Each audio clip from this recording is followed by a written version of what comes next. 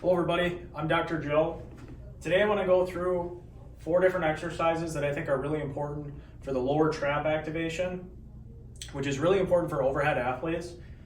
Andrew with us today is actually a former college pitcher, and he fits the perfect bill for someone that I would do this with. 1, he's a pitcher. 2, he's a baseball player, overhead athlete. So it's really important to make sure that this low trap can be activated to hold the shoulder blade when we're going through that throwing motion. The first one I like to start with is the prone liftoff. So what Andrew's going to do with his thumb towards the ceiling is he's just going to raise that thumb towards the ceiling, thinking about squeezing his shoulder blade. Now Andrew's a perfect example. Pitchers are either hypermobile or hypomobile. He is hypo. He's really stuck in this lat. So from here, what we would do is an extra mobilization to unlock this lat for him. But for right now, we're just going to focus on just lifting, squeezing that shoulder blade. Good. We want to make sure that the arm stays straight as well. Good, lift. So this is the first starting position to activate this low trap, and then we'll move into the next exercise. We're going to go through phase 2 of the lower trap activation. This series of exercises I do like to add into programs either at the beginning, middle, or even at the end of rehab to keep throwers activated in this lower trap. The first one, as we went through, is the prone low trap activation. Now what we're going to do is a wall walk that I like to call with a yellow band that you'll be able to see around Andrew's wrists. What he's going to do is he's going to climb up at a 45-degree angle up the wall, which is going to activate the rotator cuff, and as you climb, activates the lower trap. Once Andrew gets his arms extended, he's going to climb back down.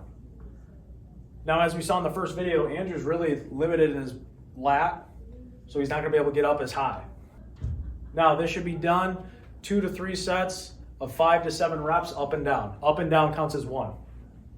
Any pain with that? Oh. So you should always stop if a patient has pain or adjust their form on how they're doing it.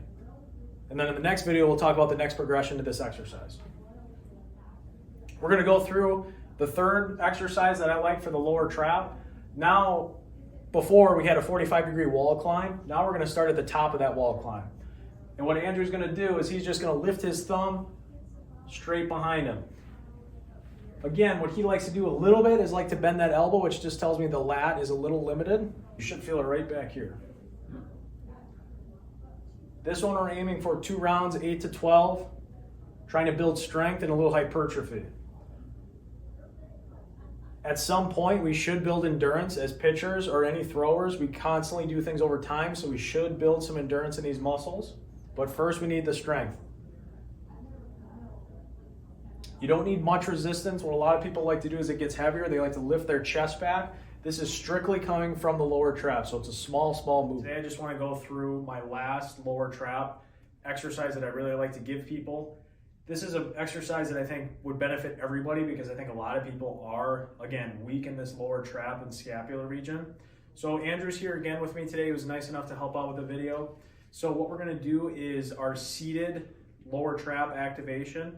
Could be considered a W as well, depending on the verbiage that therapist or trainer uses. So what Andrew's going to do is he's going to have his palms towards the ceiling, and he's going to work his thumbs outwards, thinking about squeezing his shoulder blades together, and then come on back to neutral. Now again, Andrew's really good with this. Former college baseball player, so he's probably done these before. He's got really good activation in the back. Resistance-wise, we just want it to be comfortable and feel a good challenge in the back. We don't want to add a ton because then we start adding some substitution with the deltoid as well as the rhomboids. Now from here, what we can also add is Andrew can also do it on a stability ball to add some extra core activation. I also then like to add lifting one knee in the air so you're in a single leg stance on the stability ball. However, this position is the base foundation. Somebody has to do it like this perfectly first before we progress. So this is a great variation to add for the lower trap, and it's a seated W. Thanks for watching, everybody.